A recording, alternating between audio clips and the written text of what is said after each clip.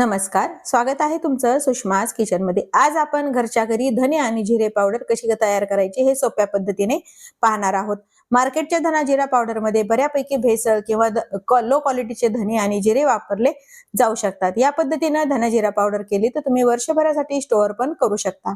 Video शेवटपर्यंत बघा, तसेच व्हिडिओला लाईक करा। माझ्या चॅनलवर नवीन असाल तर सबस्क्राइब करायला विसरू नका। आता आपण धना जिरा पावडर कशी बनवायची ते पाहूया। आणि जिरे पावडर बनवण्यासाठी इथे मी गॅस सुरू करून कढई आपली गरम करून घेतलेली आहे। त्यामध्ये मी 2 वाटी धने टाकून घेतलेले आहेत।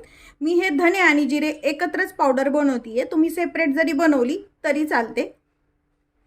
धने छान आपल्याला भाजून घ्यायचे। याचं प्रमाण धने जिरेचं पावडर एकत्र करायची असेल तर 2 वाट्या धने आणि 1 वाटी जिरं वापरायचं, म्हणजे अगदी परफेक्ट मेजरमेंट मध्ये हे धना जिरा पावडर तयार होती। म्हणजे 100 ग्रॅम धने वजनी प्रमाणामध्ये आणि 50 ग्रॅम जिरे पावडर। खूप जण यामध्ये दालचिनी, मिरी किंवा मग तमालपत्र पण वापरतात। मी पण फक्त जिरं आणि धने वापरूनच ही पावडर तयार करते। धने छान आपल्याला खमंग असे भाजून घ्यायचे मीडियम हीटवरती। दिवाळीसाठी किंवा मग कोणताही स्वयंपाक करायला जर धने जिरे पावडर जर तयार असेल तर झटपट आपण अगदी टेस्टी कोणत्याही भाज्या वगैरे बनवू शकतो। रस्सा भाजी म्हणा किंवा सुकी भाजी, त्यामुळे अशी धना पावडर तयार करून ठेवलेली हाताशी असलेली चांगलीच असते। धने आपले भाजून झाले तर व्यवस्थित एका ताटामध्ये काढून घ्यायचे। खूपही नाही भाजायचे, नाही तर धना पावडरचा रंग असा काळपट येतो। धन्याचा भाजल्यानंतर छान वास येतो। त्याच कढईमध्ये आपण 1 वाटी जिरं टाकून भाजून घ्यायचे। व्यवस्थित भाजल्या गेल्यानंतर व्यवस्थित स्टोअर केले तर ही धना पावडर छान वर्ष ते 2 वर्ष पण अजिबात खराब होत नाही।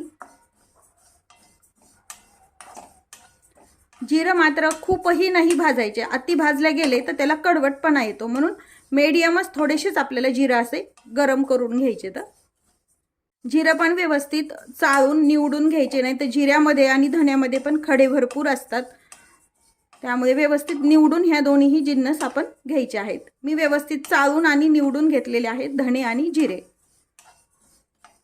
ते पण आपले भाजून झालेले आहेत। कढई आपली गरम आहे, यामध्ये मी अर्धा चमचा हिंग टाकते।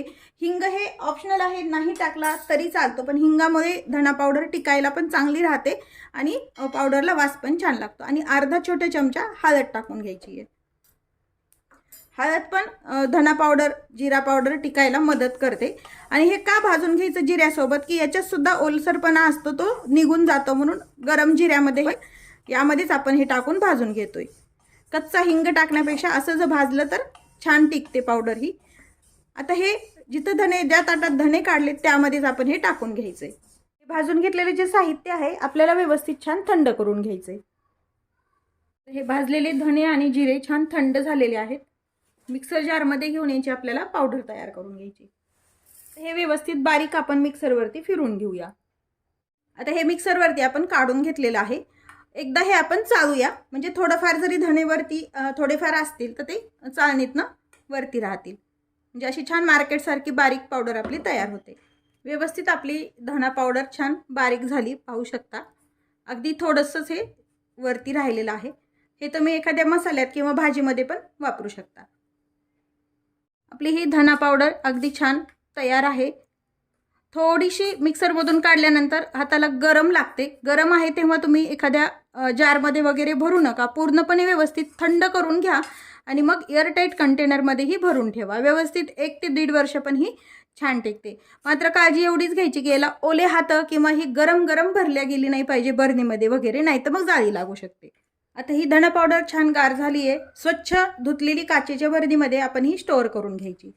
या पद्धतीने धना पावडर नक्की करून पहा, किंवा तुम्ही धना पावडर कशी बनवता हे कमेंट करून नक्की सांगा।